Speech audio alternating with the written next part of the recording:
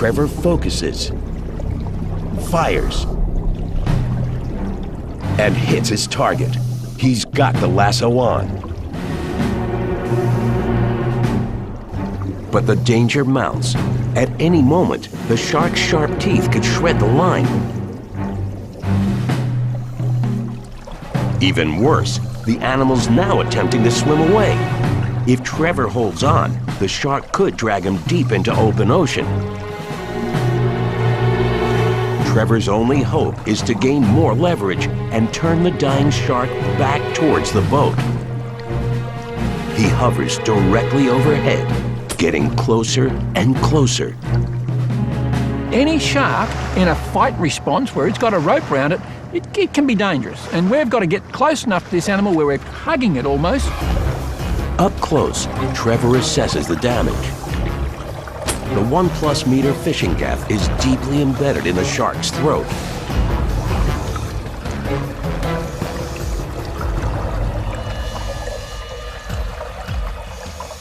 A submerged plexiglass tube is used to hold the injured shark still, while the crew hoists the animal onto the boat. Though the tube is sized for a large shark, it's risky.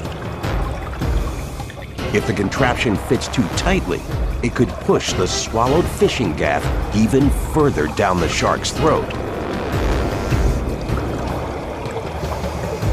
The team slowly maneuvers the tube toward the mammoth monster.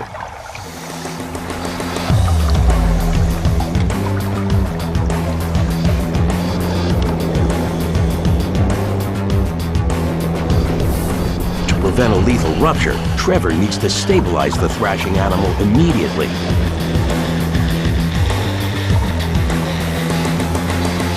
Staying calm as possible, with the shark still struggling, the team manages to get the tube in place, sliding the beast all the way in.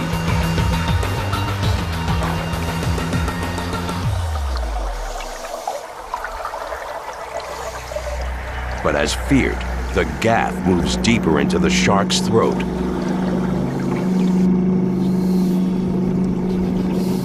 They've got to get the injured predator to the boat, and fast.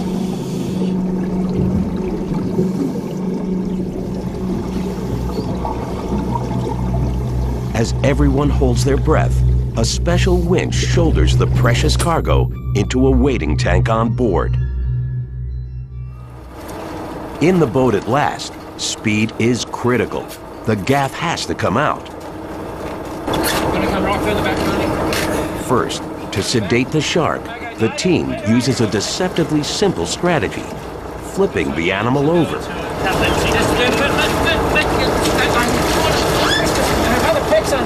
In this inverted position, a shark falls into a temporary trance called tonic immobility. Scientists are only beginning to understand the phenomenon, but they do know the amount of time the trance lasts is unpredictable. Sharks will come into a very calm state if you can roll them on the back. Now, we've still got to be very careful. This animal can bite. With the shark briefly sedated, the team inserts a thick plastic tube down its throat. The tube allows veterinarians to reach down and remove the gaff. The vet can put his hand down the pipe to make himself safe from all those ragged, sharp teeth. But even with the pipe in place, the vet's operation requires a steady hand and even steadier nerves.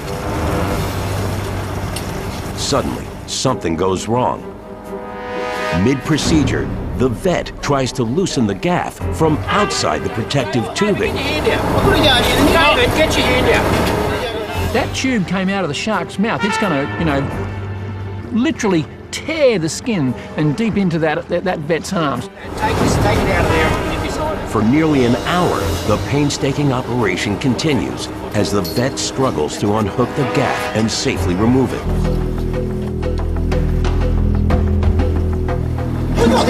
As the crew watches, after a tense 40 minutes, at last, with a careful push, the veterinarian feels the hook release from the shark's throat.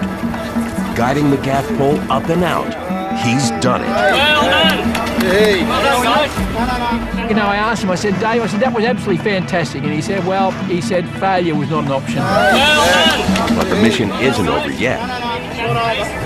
For the shark to have any chance of survival, the crew has to get it safely transferred by stretcher back into the water as fast as possible.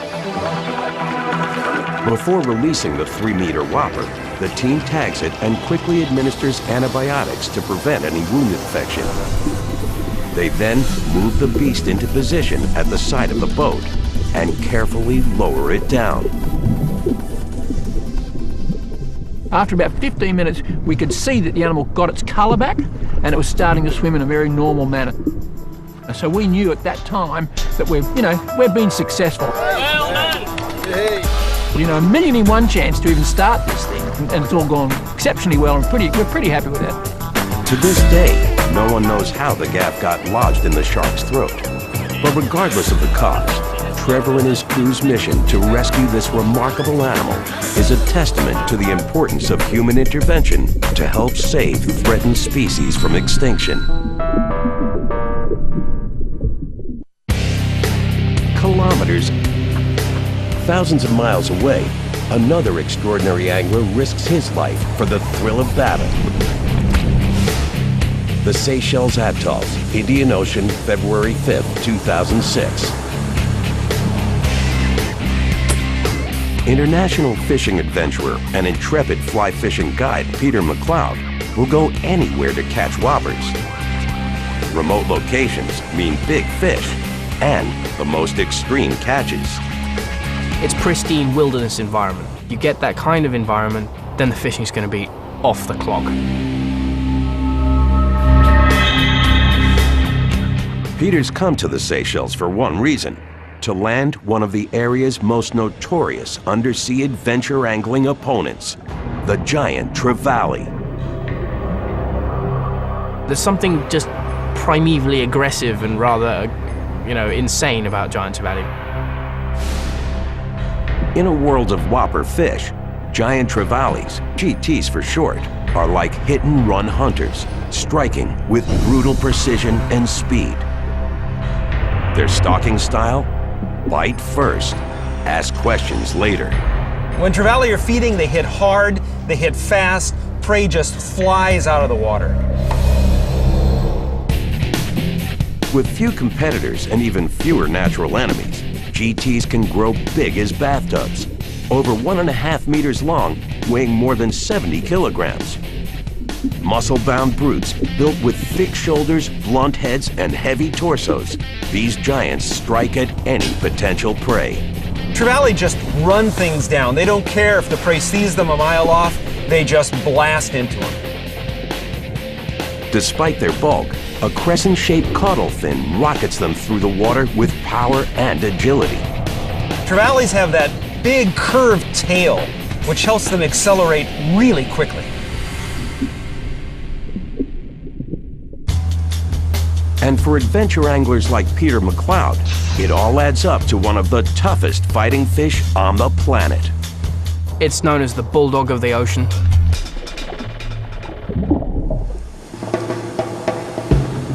Now, as Peter reaches his shoreline fishing spot along the atoll's rugged terrain, the angler scans the waters for shadowy movement. To get a better look, Peter decides to head for higher ground. Climbing rocks in the middle of the Indian Ocean is risky business. Yet for Peter, it's the only way to get a leg up on his adversary. I climbed up one of these overhanging coral outcrops, probably 12, 15 feet up. It's literally like walking on lunar landscape. I mean, this thing is like really vicious. It's all dead coral reef. So you've got to be very, very careful. Scanning from the top, the water's clear as glass. The angler spots his target, a giant trevally ahead. It's huge and heading straight towards him. And there I see, plumb sitting there is this massive GT, about 35 pounds. So the heart starts going and I'm beginning to getting really, really excited about it. Wasting no time, Peter casts his line. In a flash, the voracious trevally swallows the hook and takes off. The mammoth fish peels off line in a rush, showing no sign of stopping.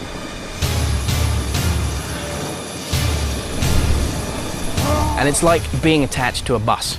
It's probably the best description. The take is just bang, hits you like a ton of bricks, and then suddenly everything's fizzing out of you and you're going, oh my God, how am I going to stop this thing?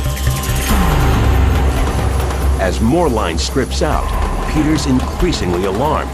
Perched at the top of a jagged cliff, embroiled in a tug of war, he's at high risk. So if I lacerate the hell out of myself on this coral, I'm in real trouble. We are moored 10 hours sail away from the nearest atoll that we can get a plane into. And from there, it's a 3.5-hour flight.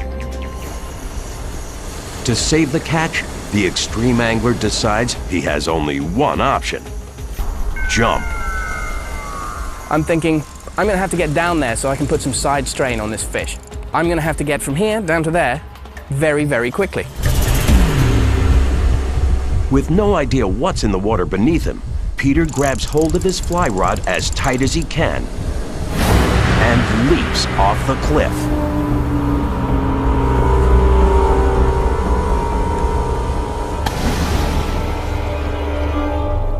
In the water, the fisherman needs to gather his wits and get back to the fight fast.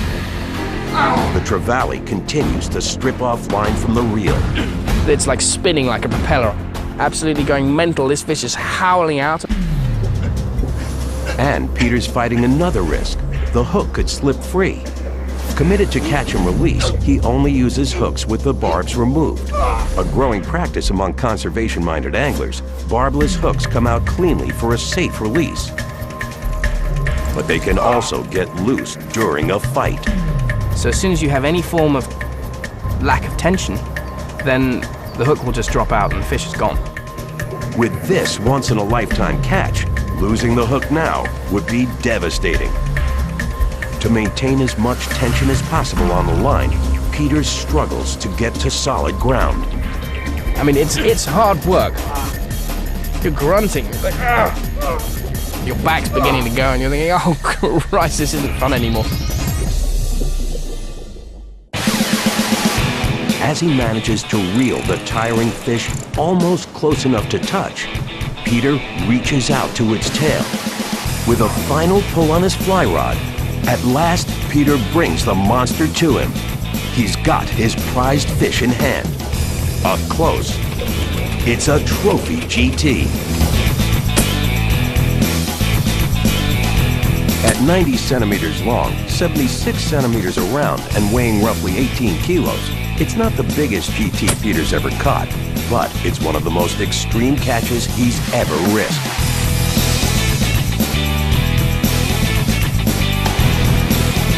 The angler marvels over the phenomenal fish, but only for a moment. The feeling when you pull that fish out of the water is just sheer elation. I mean, it's insane. But most important thing, we get that fish back in the water very quickly. He's gradually beginning to power away, he's getting his strength back. With a little help recovering, the fish swims away. Safe. And then, he's off into my hand. I'm good. Thank you!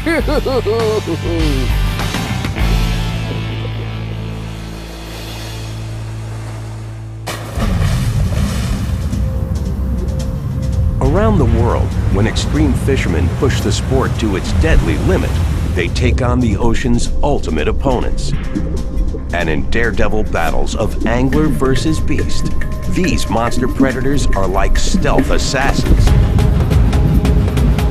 The thresher shark. This is an animal that's built to swim fast. So they will pursue their prey at great speeds and then essentially sneak up, stun them, come back around and consume them. Thresher sharks can reach mammoth proportions. Record setters have stretched over 7.5 meters, weighing over 340 kilos. And when it comes to the hunt, threshers wield a deadly weapon, their tails. Thresher tail fins stretch over half the length of their bodies. I think of all the fish in the ocean, threshers clearly have the most unique way of getting prey. They swim right through a school of fish, knocking them around with that upper lobe of their tail fin, and then come around and pick up the injured. This stunning attack style makes threshers a formidable foe in and out of the water. The same deadly design threshers use to deliver a powerful blow also helps them accelerate rapidly, propelling themselves straight out of the water.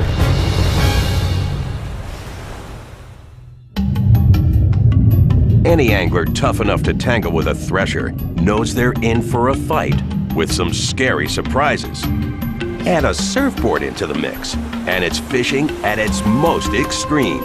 When you're fishing from the board, one of the exciting things about it is you're in their element, and that kind of levels the playing field.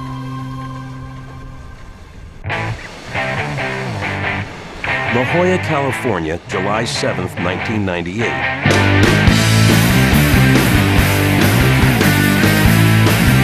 Extreme angler Scott Cherry sets out for a typical day of fishing. Yet Scott's idea of fishing is anything but typical. With rod, reel, and surfboard, he's on the hunt for sharks. From blue sharks to white tips, Southern California's a known shark lair.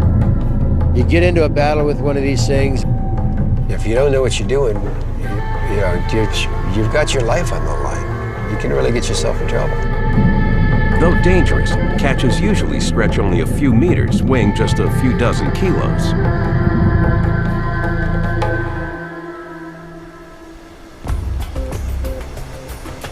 But the surf angler has no idea the behemoth beast he's about to encounter.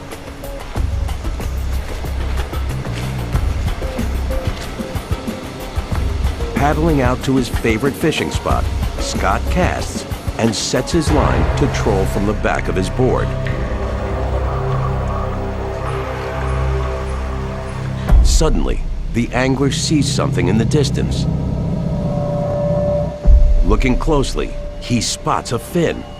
It's a shark.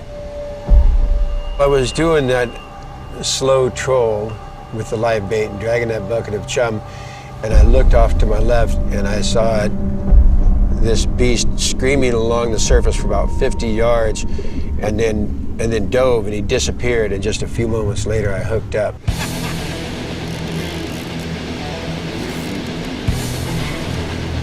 Unsure what he's hooked, one thing Scott does know: whatever it is, it's a monster.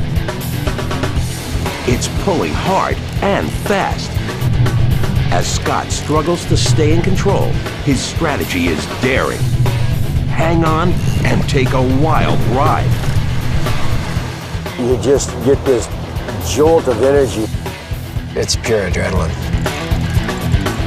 But as Scott fights to stay hooked and stay on the surfboard, he suddenly catches a glimpse of something frightening. A whip-like tail emerging from the surf. Scott's now certain this is no ordinary shark. It's a massive thresher, and it's on the other end of Scott's line.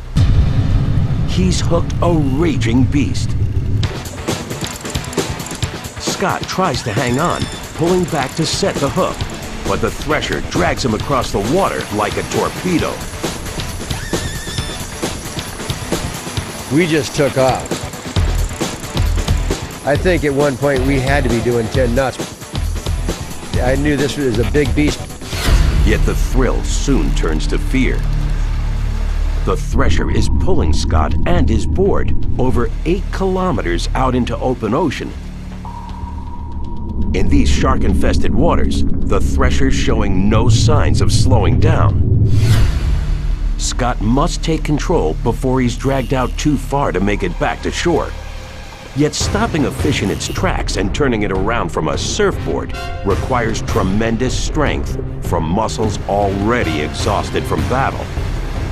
Line was still paying out. So I put my thumb on the spool and put my legs in the water and kicked backwards a little bit and turned her around. Through sheer determination, Scott's strategy works. With the shark turned around, the angler attempts again to reel in the monster. But the thresher isn't giving in without a fight. For 45 minutes, Scott struggles, and just when he thinks things can't get any more extreme, he gets a better glimpse of his opponent. This beast jumped and cleared the water completely.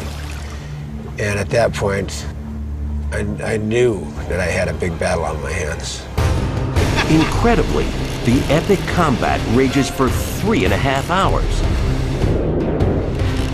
With what's left of his strength, Scott gives a powerful pull.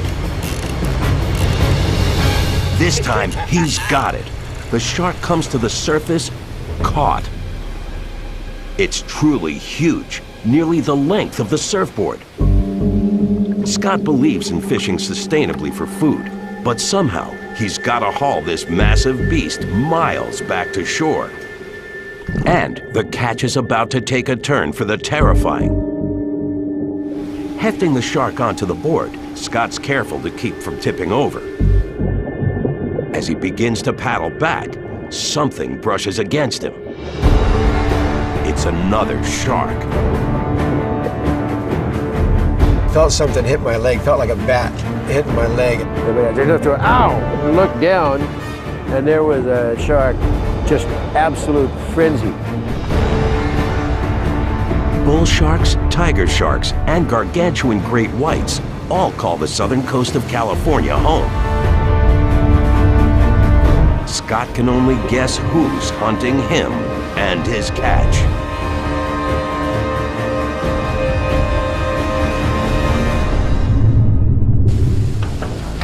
Already tired from an epic fishing struggle, now nearing total exhaustion and fighting fear, Scott paddles furiously, trying to keep the hunting shark at bay. The surf angler never gets a close look at his pursuer, but he can feel its presence.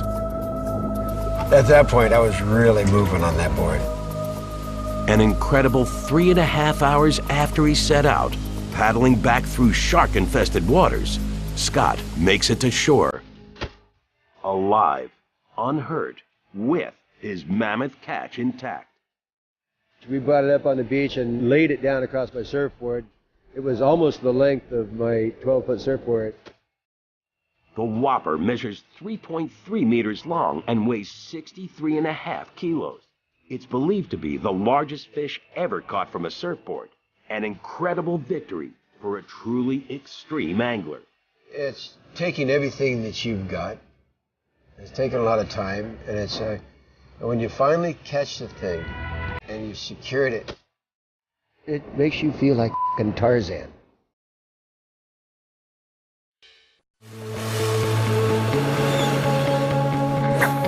Across a continent, when it comes to extreme encounters of man versus whopper, nothing levels the playing field like taking the battle deep into the fish's turf. And for one adventure angler, suiting up and swimming out alone, it's the ultimate test of endurance, strength, and nerve. Skishing. Like an angler's triathlon, skishing combines swimming, scuba diving, and fishing. The master of the sport, Paul Melnick. A pro who believes in stacking the odds against himself. Adventure angling pushed to the limit. People often ask me why I just don't get a boat. Boats are bogus. What's the point of fun or skill in standing in a boat? I really, really enjoy putting myself in positions that are on the edge. I have no intention of dying in a bed. Paul's most prized opponent, the striped bass. Able to stretch over 180 centimeters long, weighing more than 55 kilos. They're kings of their offshore domain. The thing about striped bass is you get them into the surf and they can really utilize water motion. They put that big slab side against a rip current or against a tide, and you try to pull them in and it's like pulling against a boulder. For an obsessed skisherman, hooking a speeding striped bass is an intense thrill. But wrestling one barehanded can become a showdown of life and death. You are on his grounds. He has the same chance of drowning you as you have of killing it. Just that fact makes it extremely thrilling.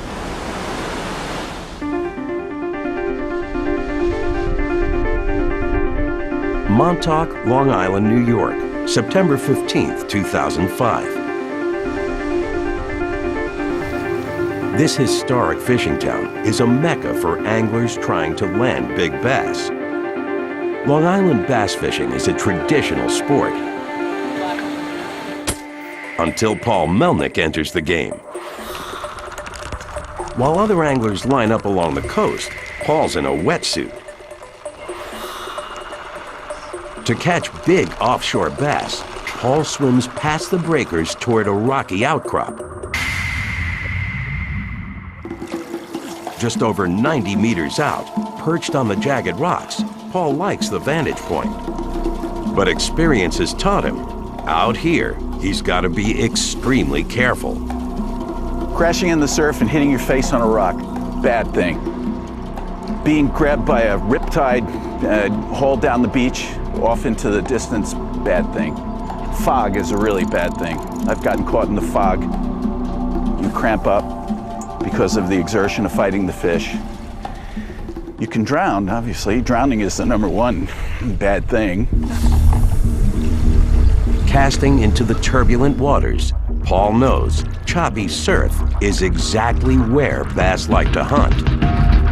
Bass love to feed at the surf line because the waves are throwing tons and tons of oxygen into the water. Suddenly, the fisherman feels a tug on the line, then a jolt. Paul reels in fast, keeping constant tension. I gave it a good tug. Next thing that happens is I'm having the fight of my life with God knows what this was. There's no time to wonder what he's hooked. A huge swell pushes Paul up off the rocks.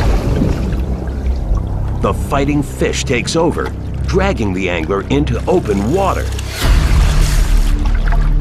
At that moment, you know, the fight was on, and I was free. It was obviously a big fish because it was dragging me all over the place. Had me on my face, it had me upside down. Far from shore, Paul is repeatedly dragged under, deeper and deeper. I was in the middle of a current that was moving at about 6 knots, and it was moving out to sea. I thought I was gonna die.